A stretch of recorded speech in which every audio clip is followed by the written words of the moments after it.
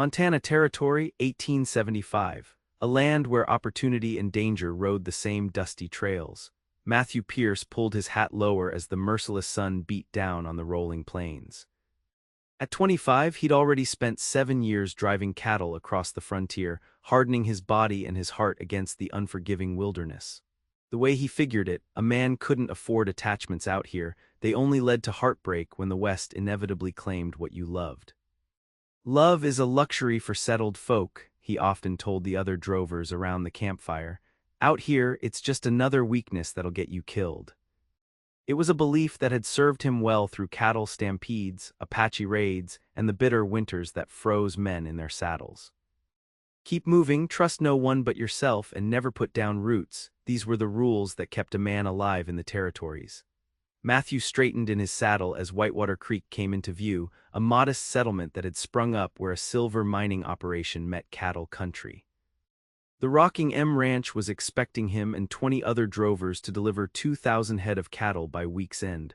After that, he'd collect his pay and move on just as he always did. "Town up ahead," called Hank, the trail boss. "We'll make camp by the creek. You boys can take turns visiting town, but I need most of you watching the herd. Pierce, your first shift for town. Get supplies and be back by sundown." Matthew nodded, secretly relieved to have a few hours away from the dust and noise of the herd. His tall, lean frame ached from weeks in the saddle, and the prospect of a hot meal and cold drink spurred him toward Whitewater's main street. The town was busier than he'd expected, with freight wagons lined up outside the general store and miners mixing with ranchers along the boardwalk. Matthew hitched his chestnut gelding outside the mercantile, brushing trail dust from his blue cotton shirt before entering. The store's interior was a welcome respite from the harsh sun, the scents of coffee, leather, and dried goods filling his nostrils. He handed his supply list to a clerk and wandered the aisles while the order was filled, his spurs jingling against the wooden floor. "Excuse me," came a soft voice behind him. "Could you possibly reach that tin of tea on the top shelf?"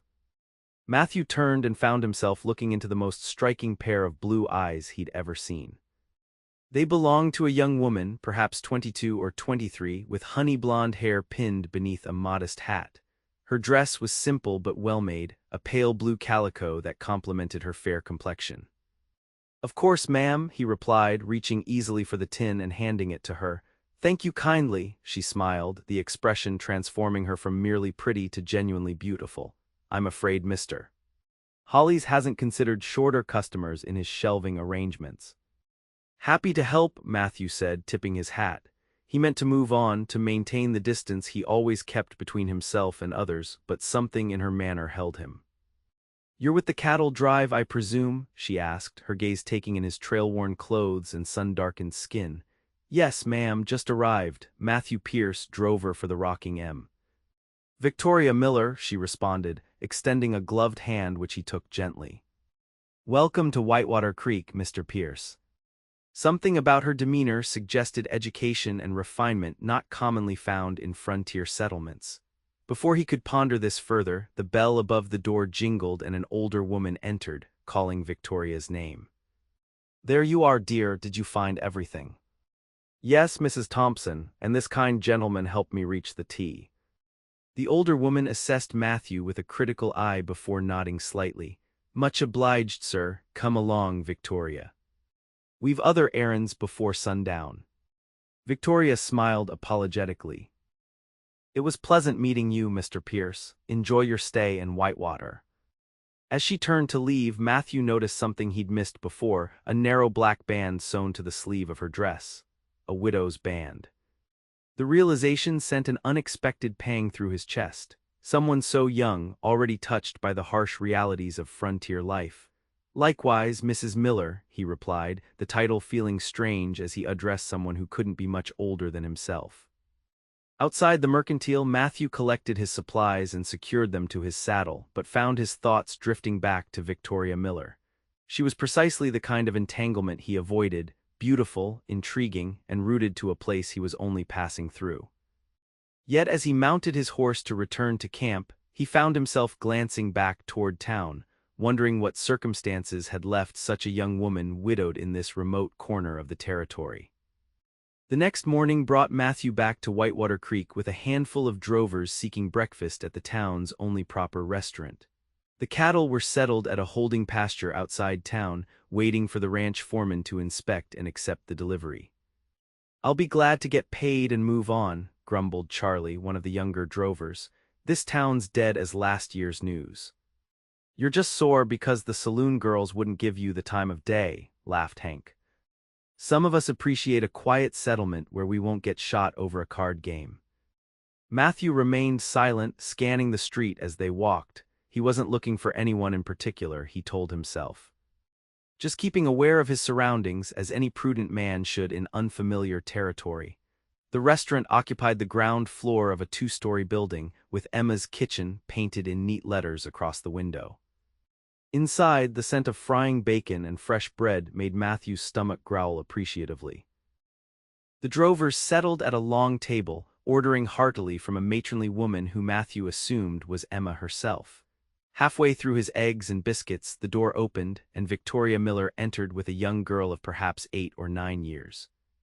The child shared Victoria's fair coloring and delicate features, clearly her daughter. They took a table near the window, and Victoria helped the girl remove her coat before sitting. "The young widow's got a pretty little girl," Hank observed, following Matthew's gaze. "Shame about her husband. Heard he died in a mining accident last year." "You know her?" Matthew asked, trying to sound merely conversational. "Know of her," Hank corrected. "Town this size, word gets around. She teaches at the schoolhouse and lives with her mother-in-law at the edge of town, keeps to herself mostly." Matthew nodded, returning to his breakfast. He had no business being curious about Victoria Miller or her circumstances. In 3 days he'd be gone from Whitewater Creek, moving on to wherever the trail boss directed next. Yet when Victoria glanced up and caught his eye, offering a small smile of recognition, Matthew felt something shift inside him, like the first crack in a dam he'd built years ago. That afternoon, a spring thunderstorm rolled across the plains without warning, sending ranch hands and townspeople scurrying for shelter. Matthew was checking supplies at the general store when the skies opened. Thunder cracked overhead as he ducked beneath the store's awning, watching sheets of rain transform the dusty street into a muddy river. "Quite the downpour," came a now familiar voice beside him. Victoria stood at the edge of the awning, her arms laden with parcels. Her daughter pressed against her side, eyes wide at the lightning flashing overhead. "Mrs. Miller," Matthew acknowledged, tipping his hat, caught by surprise. "I'm afraid so. The school is 3 blocks away, and Emily's afraid of storms."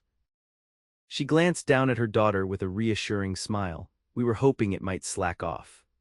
Matthew looked at the blackened sky and shook his head. "This looks settled in for a while. May I escort you somewhere closer to wait it out?" "Perhaps the restaurant." Victoria hesitated, and Matthew wondered if he'd overstepped. Then she nodded gratefully. "That would be very kind, but you'll get soaked." Matthew shrugged, removing his long duster coat. "I've been wet before." "Here, this will keep you both somewhat dry." Before she could protest, he draped the coat over her and the child, forming a makeshift canopy. "Ready, stay close now." They dashed through the downpour, Matthew leading them along the boardwalk where possible, across the muddy street, and finally into the welcoming warmth of Emma's Kitchen. They arrived breathless, with Matthew considerably damper than his companions thanks to his sacrifice of the coat. "My goodness," Victoria laughed, handing back his duster. "I'm afraid you've taken the worst of it, Mr. Pierce." "Worth it to hear you laugh," he replied without thinking, then cleared his throat awkwardly. "I mean, happy to help, ma'am." Something flickered in her eyes, surprise perhaps or wariness. But then she smiled again, a genuine expression that warmed him more effectively than any fire could have. "This is my daughter, Emily," Victoria said, gently urging the shy child forward. "Emily, say hello to Mr. Pierce. He's a cowboy who helped us escape the rain." "Hello," the girl whispered, peering up from beneath golden curls that matched her mother's. "Pleased to meet you, Miss Emily," Matthew replied seriously, as though addressing an adult. The girl's solemn expression lifted into a small smile. They settled at a table, ordering coffee for the adults and hot chocolate for Emily. Matthew found himself talking more than he had in months, answering Emily's eager questions about cattle drives and life on the trail, carefully editing the more dangerous aspects for her young ears. "Do you have a home, Mr. Pierce?" Emily asked innocently, stirring her chocolate. The question caught him off guard. "I suppose the trail is my home, Miss Emily." "Everyone needs a real home," the child insisted with the certainty only children possess. "Mama says home is where people love you." Victoria colored slightly. "Emily, don't pester Mr. Pierce." "It's all right," Matthew assured her, though the girl's words had struck something deep inside him, a longing he usually kept buried beneath pragmatism and movement. "Your mama is very wise." The rain continued its assault on Whitewater Creek, giving Matthew the excuse to linger far longer than he'd intended. Victoria proved to be well-read and articulate, with opinions on everything from politics to literature. She'd come west from Pennsylvania after marrying Thomas Miller, who'd had ambitions of making his fortune in silver before a tunnel collapse took his life the previous year. And now, Matthew found himself asking, "Will you return east?" Victoria shook her head, gazing out at the rain-slicked street. "This is our home now. Emily's grandmother, Thomas's mother, needs us, and the town needs a teacher," she smiled wryly. "Besides, starting over once was difficult enough. I'm not certain I have the courage to do it again." There was something in her expression as she said this, a flicker of something that seemed almost like fear. But before Matthew could consider it further, the rain began to subside. "We should get back to the school," Victoria said, gathering her parcels. "I've lessons to prepare for tomorrow." Matthew stood, reluctant to end their conversation. "Allow me to see you safely there." "There's no need to trouble yourself further." "It's no trouble," he insisted, already helping Emily with her coat. "I'd like to." The walk to the schoolhouse was brief but pleasant, with Emily skipping ahead to splash in puddles while the adults followed at a more sedate pace. Matthew found himself studying Victoria's profile, noting the determined set of her jaw beneath the delicate features. She was stronger than she looked, this young widow who'd carved out a place for herself and her daughter in this rough country.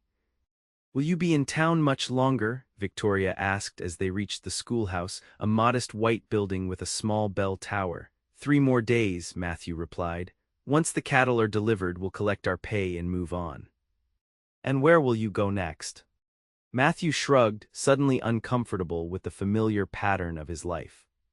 "Wherever there's work, I suppose. Kansas City maybe, or back to Texas for another herd."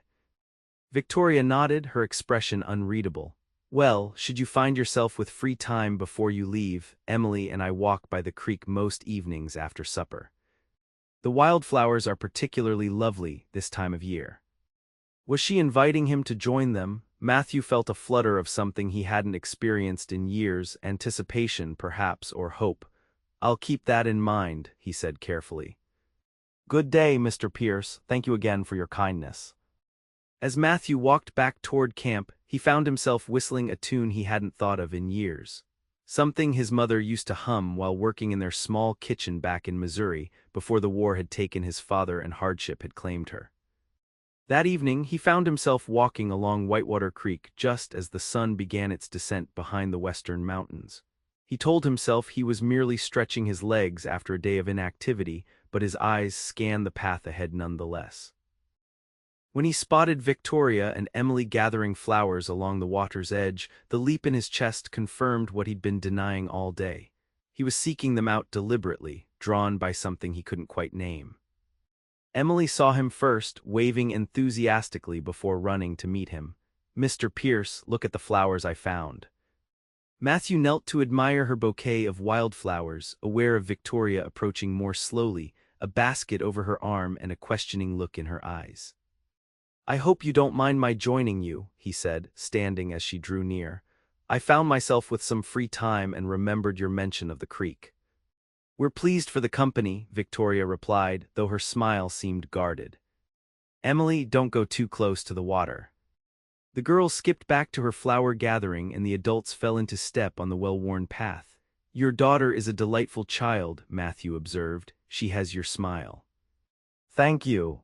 "She's my greatest joy," Victoria's expression softened when she looked at Emily, "though she asks far too many questions as you discovered today." I didn't mind, children should be curious.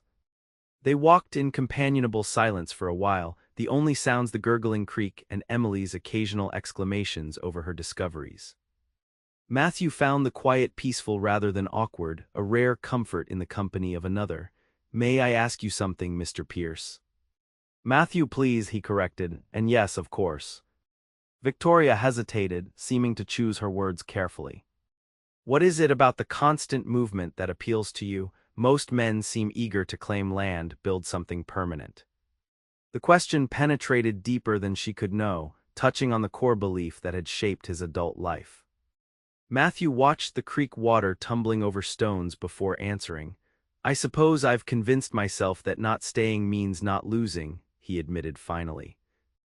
The frontier takes what you love eventually. I've seen it happen too many times. A man who owns nothing can't have it taken away.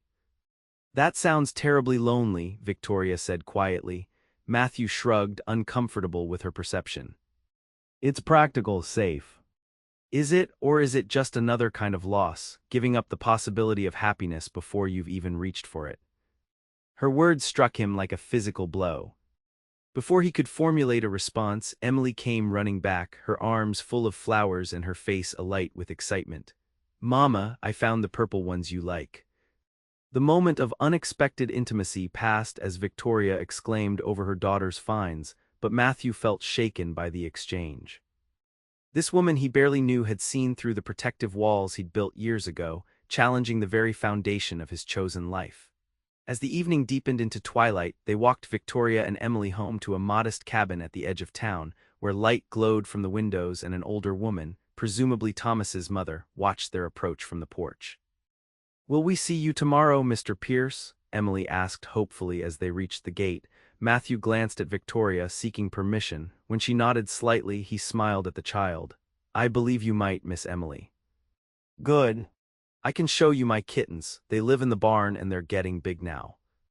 I look forward to it, Matthew replied, tipping his hat to both females. Good evening, Mrs. Miller, Miss Emily. As he walked back toward the drovers' camp, Matthew recognized the dangerous territory he was entering. 3 more days in Whitewater Creek, and then the road would call him away again. Getting attached to Victoria and Emily Miller could only end in the very pain he'd spent years avoiding. Yet for the first time in his nomadic life, Matthew Pierce found himself wondering what it might be like to stay. The following day brought an unexpected complication. As Matthew helped the other drovers move the cattle to the ranch's northern pasture, he spotted a familiar figure riding with the ranch foreman. Even at a distance, he recognized Marshal Wade, a man he'd worked with and later testified against in Wyoming 2 years prior. Wade had been rustling cattle and selling them across the territory line, a scheme Matthew had uncovered and reported to the authorities. Wade had sworn revenge after serving 6 months in prison. The last Matthew had heard, the man had drifted south toward Colorado. Finding him here working as a ranch hand for the Rocking M sent a chill down Matthew's spine. You know Wade? Hank asked, noticing Matthew's reaction. We've crossed trails before, Matthew replied cautiously. Didn't end well. Hank raised an eyebrow but didn't press. Well, keep your head down, we're paid tomorrow and gone the next day. The warning was sound, but Matthew found himself thinking of Victoria and Emily as he rode back to camp. His instinct for self-preservation warred with an unexpected protective urge. He should stay away from town, away from the Millers, until it was time to leave. Distance was the safest option for everyone. Yet when evening came, his feet carried him toward the creek path once more. This time he spotted Victoria alone, seated on a flat rock overlooking the water. She wore a simple dress of sage green, her blonde hair partially loosed from its usual pins and catching the golden light of sunset. No Emily today? He asked as he approached. Victoria startled slightly before recognizing him. She's helping her grandmother with baking. I thought a quiet moment alone might be welcome, she hesitated. Though I'm pleased for your company. Matthew settled beside her on the rock, careful to maintain a proper distance. I considered staying away, he admitted. I'm leaving soon and this, he gestured vaguely between them, whatever this is can only lead to disappointment. Victoria studied him thoughtfully. Is that what you truly believe, that connections between people are defined only by their endings? aren't they? I don't think so. She turned her gaze to the creek, where light danced on rippling water. My husband died after just 3 years of marriage. By your reasoning, I should regret having loved him at all, since it ended in grief. Matthew remained silent, struck by the quiet wisdom in her words. But I don't regret a single day, Victoria continued. The joy we shared wasn't diminished by its brevity. If anything, it taught me that life is too uncertain to waste time avoiding its gifts out of fear. Her words pierced the armor he'd constructed around his heart. Before he could respond, Victoria surprised him by changing the subject. I saw you with the cattle today from the schoolhouse window. You seemed troubled by one of the ranch hands. Matthew tensed. You're observant. Teachers develop that skill quickly. She turned to face him fully. Is there something I should know? He considered deflecting her question, but found he couldn't lie to those direct blue eyes. There's a man working at the Rocking M who bears me ill will from a past encounter. It's nothing for you to worry about. Yet you're worried. Matthew sighed. Marshal Wade was caught rustling cattle in Wyoming territory 2 years ago. I was the one who reported him to the authorities. He made certain threats when he was released from prison. Victoria's expression grew concerned. And now he's here where you are. Do you believe that's coincidence? I don't know. The West is a large place, but men do follow the same circuits of work. Either way, I'll be gone in 2 days. He forced a reassuring smile. Please don't trouble yourself. Wade's quarrel is with me, not the town or its people. They walked back as twilight deepened into darkness, their conversation turning to lighter topics. Matthew found himself sharing stories of his childhood in Missouri, of his mother's garden and his father's fiddle playing on summer evenings. Victoria spoke of her life in Pennsylvania, her dreams of becoming a writer, and her adaptation to the harsher realities of frontier life. At her gate they paused, both reluctant to part. Emily will be disappointed to have missed you, Victoria said softly. I'll come by tomorrow to see those kittens she mentioned, Matthew promised, then added more seriously, if that's acceptable to you. More than acceptable, she replied, her voice barely above a whisper. For a moment, Matthew thought he might break every rule of propriety and kiss her there in the moonlight. Instead, he simply took her hand and pressed it gently. Good night, Victoria. Good night, Matthew. He was halfway back to camp when the realization struck him. For the first time in years, he was dreading the moment he would have to move on. The thought of leaving Victoria and Emily behind created a hollow sensation in his chest that no amount of reasoning could dispel. The next morning, Matthew woke before dawn and rode with Hank to the ranch to complete the final paperwork for the cattle sale. The foreman counted out their payment in cash, and Matthew tucked his earnings safely inside his vest. Pleasure doing business with you boys, the foreman said, shaking their hands. Tell your boss we'll be looking for another delivery come fall. As they mounted their horses to leave, Marshal Wade emerged from the barn, leading a saddled horse. His eyes narrowed when he spotted Matthew. Well, if it ain't the righteous Mr. Pierce, Wade drawled, his hand resting meaningfully on his holstered pistol. Fancy meeting you here.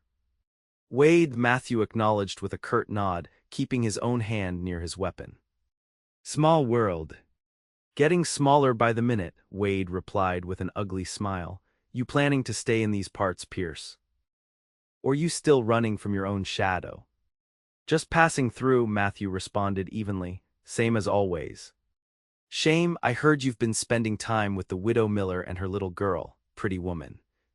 Be a pity if anything happened to her on account of keeping bad company. The thinly veiled threat made Matthew's blood run cold, but he kept his expression neutral. My business with Mrs. Miller is none of your concern, Wade. And if you're wise, you'll leave well enough alone. Wade's smile widened, just making conversation. Safe travels, Pierce. As they rode back to camp, Hank cast a worried glance at Matthew's rigid profile. That man means trouble. What are you going to do? Pack my gear and move on, same as planned, Matthew replied, though every instinct screamed against leaving Victoria and Emily unprotected with Wade's threat hanging in the air. We ride out tomorrow morning. But as the day progressed, Matthew found himself unable to focus on preparations for departure. Wade's words echoed in his mind, along with Victoria's quiet wisdom about connections and endings. By mid-afternoon, he'd made his decision. He rode into Whitewater Creek and tied his horse outside the schoolhouse just as children began pouring out the door, lessons concluded for the day. Emily spotted him immediately and ran to meet him. "Mr. Pierce, you came to see my kittens." "I did indeed," he smiled, tipping his hat to her, "if your mother approves." Victoria appeared in the schoolhouse doorway, surprise and pleasure mingling in her expression when she saw him. "Matthew, I didn't expect you until evening." "I found myself with free time," he replied, the practiced ease of the lie sitting uncomfortably on his tongue. In truth, he'd shirked his packing duties to come to town, drawn by both concern and something deeper he wasn't ready to name. They walked together to the Miller home, Emily chattering excitedly between them. The domestic scene, a man accompanying a woman and child home from school, felt both foreign and strangely right to Matthew, who had spent years avoiding such ordinary pleasures. At the Miller property, Emily immediately dragged Matthew to the small barn behind the house, where a mother cat and 4 kittens had taken up residence in the hay. Matthew found himself seated cross-legged on the barn floor, a small gray kitten climbing his arm while Emily provided detailed information about each feline's personality. "Do you like cats, Mr. Pierce?" the child asked earnestly. "I do," Matthew admitted. "My mother kept barn cats on our farm when I was a boy, good mousers but friendly too." "Do you have cats where you live now?" The innocent question struck home. "I don't have a permanent home, Miss Emily. I travel with the cattle." The girl frowned, clearly troubled by this information. "But where do you sleep when it rains or when you're sick?" "Under the stars mostly. Or in boarding houses when I'm in towns." Emily's frown deepened. "That's not a proper home." She glanced toward the house, then leaned closer to Matthew as if sharing a great secret. "You could stay here. We have an extra room where Mama keeps her sewing things, and Grandmother makes the best apple cake in the territory." Matthew's chest tightened with unexpected emotion. "That's very kind of you, but I'm afraid it's not that simple." "Why not?" Emily persisted with a child's straightforward logic. "Mama smiles more when you're here, and you could teach me to ride a horse properly. Grandmother won't let me go faster than a walk." Before Matthew could formulate a gentle response, Victoria appeared in the barn doorway, her expression a mixture of embarrassment and something softer, more vulnerable. "Emily, your grandmother needs help with supper preparations. Please go in now." The girl reluctantly relinquished her kitten and obeyed, pausing to whisper loudly to Matthew, "Think about it," before skipping toward the house. When they were alone, Victoria sighed. "I apologize for Emily's presumption. She's at an age where she believes all problems have simple solutions." Matthew rose from the hay-strewn floor, brushing straw from his trousers. "No apology needed, she's a delightful child." Victoria seemed to hesitate, then asked softly, "You're leaving tomorrow?" "That's the plan," he confirmed, though the words felt hollow even to his own ears. She nodded, her expression carefully composed. "Then we should make the most of today. Would you care to stay for supper? Nothing fancy, but Emily would be pleased and so would I." The invitation was exactly what he'd hoped for, yet Matthew found himself torn. Staying longer, becoming further entangled in the lives of Victoria and Emily Miller, went against everything he'd believed about survival on the frontier. And with Wade's veiled threat hanging over them, "I'd be honored," he heard himself say. "But there's something you should know first." They walked outside to the shade of an apple tree, where Matthew explained his history with Marshal Wade and the man's implied threat that morning. Victoria listened without interruption, her expression growing increasingly troubled. "You believe he might harm us to hurt you?" she asked when he'd finished. "I believe Wade is vindictive enough to use any connection against me," Matthew confirmed grimly. "Which is why I should keep my distance until I leave." Victoria studied him for a long moment. "Yet here you are." "Here I am," he agreed, "against my better judgment." "Or perhaps following it for the first time," she suggested quietly. The evening that followed was both wonderful and excruciating for Matthew. Mrs. Miller Sr. proved to be a formidable but ultimately warm woman who seemed to reserve judgment on her daughter-in-law's guest. The meal was simple but delicious, and the conversation flowed easily among them. Emily kept everyone entertained with school stories, while Victoria occasionally caught Matthew's eye with a smile that made his heart race. It was the kind of family evening Matthew had convinced himself he neither wanted nor needed, and yet it felt more right than anything had in years. After supper, when Emily had been tucked into bed and Mrs. Miller had retired with her knitting, Victoria invited Matthew to sit on the front porch. The evening was mild, with stars beginning to appear overhead and the distant sound of a piano drifting from the saloon in town. "Thank you for tonight," Matthew said as they settled into porch chairs. "It's been a long time since I enjoyed a family meal." "You were good with Emily," Victoria observed. "She's quite taken with you." "The feeling is mutual. She's a remarkable child," he hesitated, then added, "she has her mother's spirit." In the gentle lamplight spilling from the window, Matthew could see color rise in Victoria's cheeks.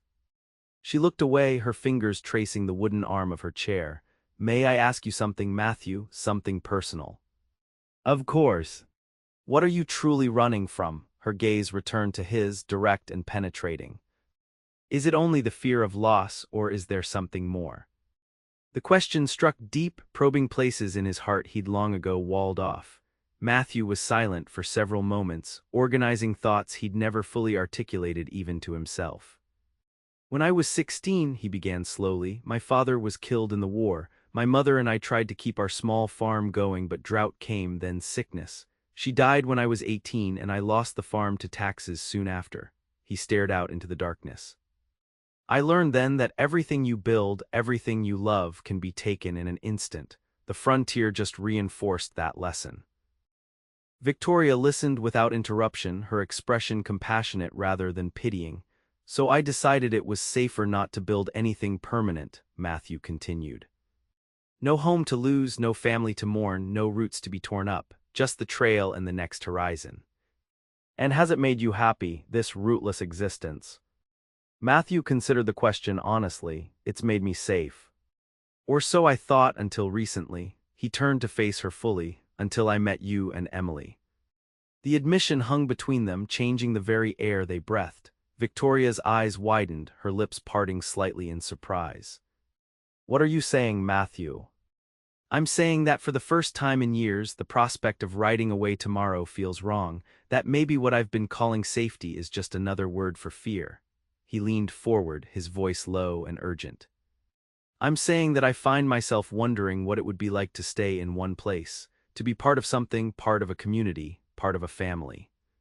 Victoria's breath caught audibly. "These are dangerous thoughts for a man who's leaving at dawn." "Yes," Matthew agreed, "they are."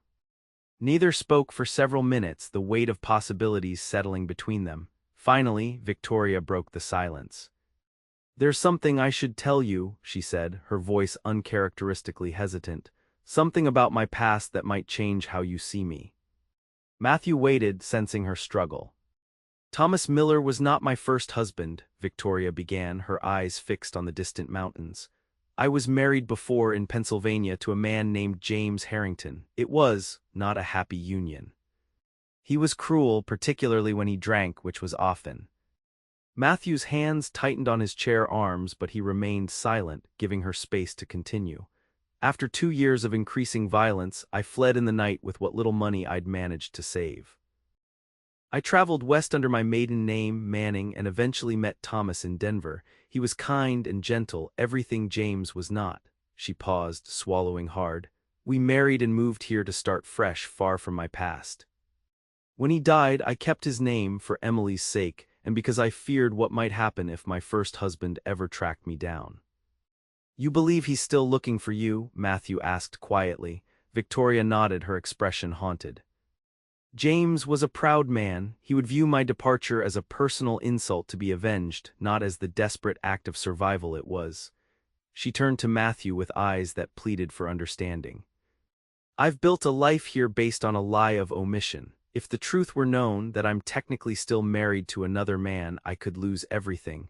My position, my home, even Emily." Matthew absorbed this revelation, understanding now the shadow he'd occasionally glimpsed behind her smile. "Your secret is safe with me, Victoria, and for what it's worth, you did what you had to do to survive. No one who matters would judge you for that." Relief washed over her features. Thank you for saying that. Few would be so understanding. They sat in companionable silence after that, each lost in thought as night deepened around them. When it came time for Matthew to leave, they stood facing each other at the bottom of the porch steps. "What time do you depart tomorrow?" Victoria asked, her voice steady despite the emotion in her eyes. "First light, the trail boss wants to make good distance before the heat of the day." She nodded, accepting the inevitability of his departure, though everything in her posture spoke of reluctance. "Then I suppose this is goodbye." "I suppose it is," Matthew agreed, though the words tasted bitter on his tongue. Propriety dictated a formal handshake, perhaps a tip of his hat. Instead, Matthew found himself reaching for her, drawing her gently into his arms. Victoria came without resistance, her head fitting perfectly beneath his chin as he held her. "I've known you less than a week," he murmured against her hair, "yet the thought of leaving feels like tearing myself in half." Victoria's hands tightened on his shirt. "Then don't go." The simple plea nearly undid him. "Wade is one man," she interrupted, leaning back to look up at him. "One man against a community that would stand with you, with us." "You can't know that."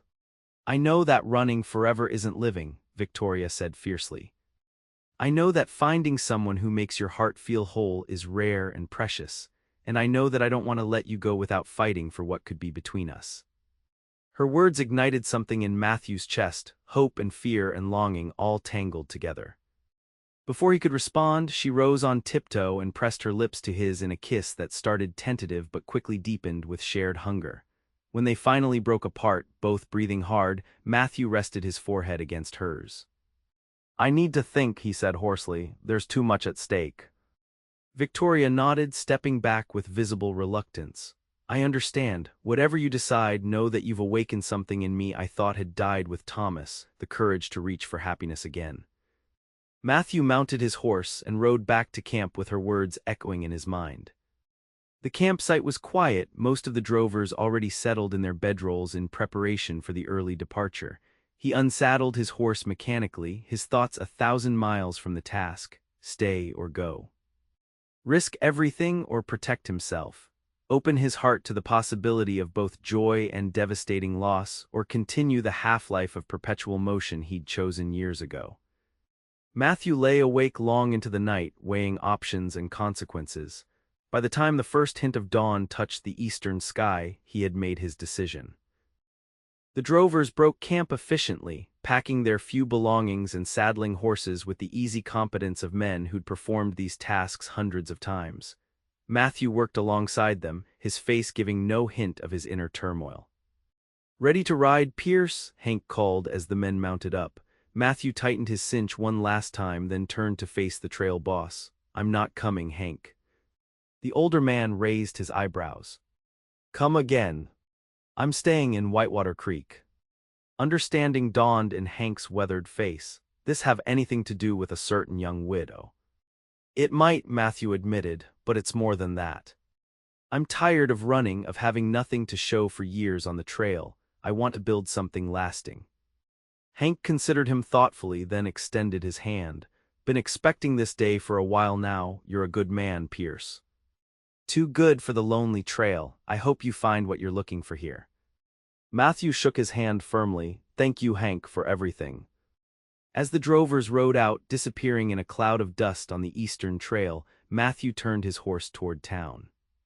His first stop was the bank, where he deposited most of his earnings, keeping only enough for immediate needs. Then he visited the telegraph office to send a message to the U.S. Marshal in Wyoming Territory, inquiring about Marshal Wade's current legal status. Finally, he stopped at the local newspaper office, a small operation run by a bespectacled man named Simmons. "Looking to place a notice?" Simmons asked, looking up from his printing press. "Information, actually," Matthew replied, "about a man named James Harrington from Pennsylvania. I'm wondering if there's a way to check if he's still alive." Simmons adjusted his glasses thoughtfully. "I subscribe to several Eastern papers for news items. I could write to colleagues back east." "May I ask why you're interested?" Matthew chose his words carefully. "A matter of inheritance for a friend. The details are private." Understood, Simmons nodded. Leave me the details you have and I'll see what I can discover. Might take some weeks, mind you. I appreciate it. I'll be around. His final task was the most daunting. Matthew rode to the Rocking M Ranch, his hand resting near his holstered revolver as he approached. The foreman greeted him with surprise. Pierce. Thought you'd be halfway to the Dakotas by now. Change of plans, Matthew replied evenly. Is Wade around? The foreman's expression darkened. Wade's gone. Sheriff came out this morning with a wanted poster from Wyoming. Seems he escaped from prison there 6 months ago. Been using a different name, but someone recognized him. Relief washed through Matthew, tempered with caution. Did they catch him? No, must have gotten wind of the sheriff's visit. His bunk was empty and his horse gone when we checked. Sheriff's got a posse out looking, but Wade's got a good head start. The news was both better and worse than Matthew had hoped. Wade was no longer an immediate threat, but a man on the run was dangerous and unpredictable. If he returns or you hear anything, I'd appreciate word, Matthew said. I'm staying in town. The foreman raised an eyebrow but nodded. Will do, and Pierce, watch your back. Wade didn't strike me as the forgiving type. With his immediate concerns addressed, Matthew turned his horse toward the schoolhouse. Classes would be ending soon, and he wanted to be there when Victoria emerged, to see her face when she realized he'd stayed. He arrived just as the children were being dismissed, hanging back as they scattered to their various homes. When Victoria appeared in the doorway, locking the building behind her, Matthew stepped into view. The look on her face, disbelief transforming into radiant joy, was worth every moment of doubt, every mile of dusty trail that had led him to this place. You're still here, she breathed, crossing the short distance between them. I'm still here, he confirmed, removing his hat as she approached, and I intend to stay if the offer remains open. Victoria's smile was answer enough, but she reached for his hand and squeezed it tightly. What changed your mind? Matthew considered the question seriously. You were right about what I've been running from. It wasn't just the possibility of loss, it was the certainty of never truly living if I kept moving. He gazed down at their joined hands. I want a home, Victoria. I want roots and purpose and the chance to build something that lasts beyond my own lifetime. And more than anything, I want those things with you and Emily, if you'll have me. Tears gathered in Victoria's eyes, but her smile never faltered. I've waited so long to hear words like that from someone I could trust with my heart, with my daughter's heart. I won't let either of you down, Matthew promised, and I won't let your past catch up with you either. I've already set inquiries in motion about James Harrington. If he's still alive, we'll face that challenge together. If not, we'll make your freedom official through proper channels. Victoria's expression sobered. You understand what you're taking on, a life built on uncertain foundations with a woman who carries significant baggage. Matthew smiled, lifting her hand to his lips. I understand I'm choosing a woman of extraordinary courage and grace who protected herself and created a beautiful life against all odds. That's not baggage, Victoria, that's strength. They walked together to collect Emily from a neighbor's house where she stayed after school. The child's reaction to seeing Matthew matched her mother's in enthusiasm if not in restraint. She launched herself at him with a squeal of delight, wrapping small arms around his waist. You didn't leave, does this mean you're staying? Will you live in the sewing room? Can I show you my drawing from school today? Matthew laughed, lifting her easily. Yes to staying, no to the sewing room, that wouldn't be proper, and absolutely yes to the drawing. As for where I'll live, I thought I might speak with Mr.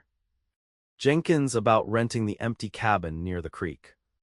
Victoria looked surprised. The old Patterson place, it's quite run down. Nothing a few weeks' work can't fix, Matthew replied confidently. I'm handy with tools and I'd like a project to sink my teeth into, something that builds rather than wanders. The days that followed took on a rhythm that felt both new and somehow familiar to Matthew. He secured the rental of the Patterson cabin and began repairs immediately, rising at dawn to work on the structure before the heat of the day set in. In the afternoons, he found odd jobs around town, mending fences, breaking horses for local ranchers, even helping the blacksmith when demand was high. Word spread quickly that Matthew Pierce was no ordinary drifter but a skilled horseman and reliable worker. Offers of employment came steadily, and by the end of his first month in Whitewater Creek, Matthew had established himself as a valued member of the community.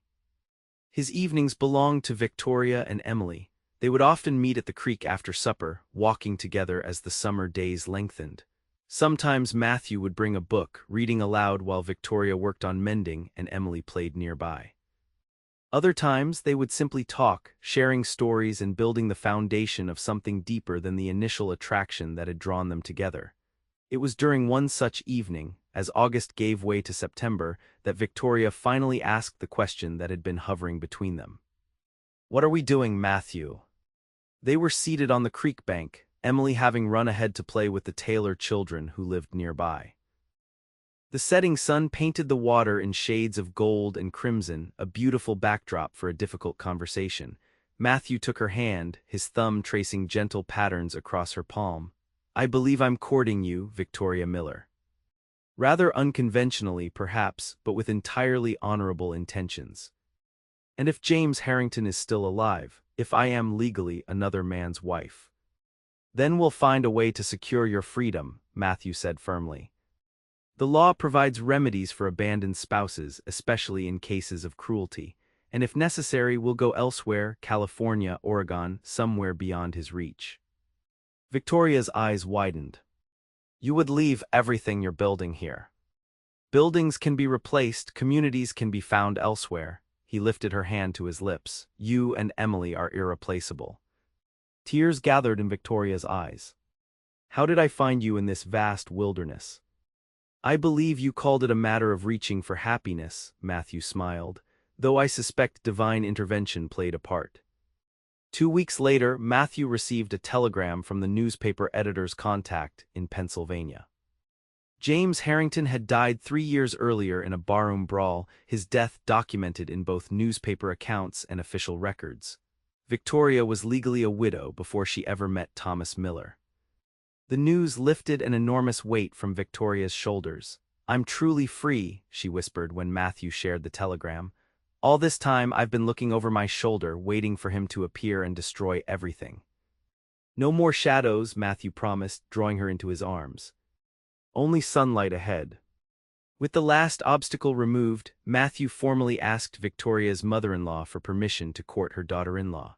The older woman, who had grown increasingly fond of Matthew over the past months, gave her blessing with one stipulation: that Emily would always know and honor her father's memory. "Thomas was a good man who would have wanted Victoria to find happiness again," Mrs. Miller said solemnly. "And Emily deserves a father who will protect and guide her. You seem to be that man, Matthew Pierce." By Christmas, the Patterson cabin had been transformed from a dilapidated structure to a comfortable home. Matthew had added a second bedroom, expanded the kitchen, and built a small stable for his horses. He'd also established a thriving business breaking and training horses for ranchers throughout the territory, his reputation for gentle but effective methods spreading rapidly. On Christmas Eve, with snow falling gently outside and a fire crackling in the hearth, Matthew knelt before Victoria in the Miller family parlor. Emily and her grandmother watched with barely contained excitement as he produced a simple gold band from his pocket. "Victoria Miller, you changed everything when you asked me to reach that tin of tea from the top shelf. You made me question every belief I held about safety and happiness, about roots and wings." His voice caught with emotion. "I love you and Emily more than I ever thought possible. Would you do me the extraordinary honor of becoming my wife?" Victoria's answer was a tearful yes that was nearly drowned out by Emily's whoop of joy and Mrs.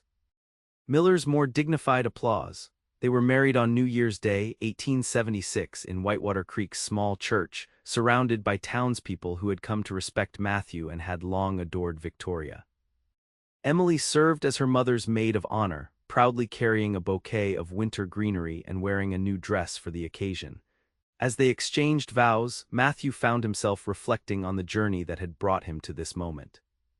From a rootless drifter convinced that attachment only led to pain, to a man building a home, a business, and a family in a community that had welcomed him as one of their own. Victoria's words from their early conversations echoed in his mind. "Life is too uncertain to waste time avoiding its gifts out of fear. how right she had been, and how grateful he was that she'd challenged his carefully constructed defenses. The reception was held at the miller's home, where neighbors contributed dishes for a potluck feast that lasted well into the evening. As sunset painted the snow-covered landscape in shades of pink and gold, Matthew found a quiet moment alone with his new wife on the porch.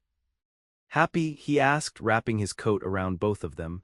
Victoria leaned against him, her head resting on his shoulder. "Happier than I ever imagined possible. And you, Mr. Pierce? Any regrets about giving up the open trail?" Matthew gazed out at the town that had become his home, then down at the woman who had become his heart. Not a single one. "The trail taught me how to survive, but you taught me how to live." Inside, they could hear Emily regaling the guests with elaborate plans for the family's future, the bigger house they would build, the siblings she hoped for, the adventures they would share. Victoria laughed softly at her daughter's enthusiasm. "She has grand plans for us." "Good," Matthew replied, pressing a kiss to his wife's temple. "So do I." As they turned to rejoin their guests, Matthew Pierce, once a man defined by movement and distance, felt the profound contentment that comes from finding one's true home. Not in a place, but in the hearts of those who love you, and in the courage to build something lasting in an uncertain world.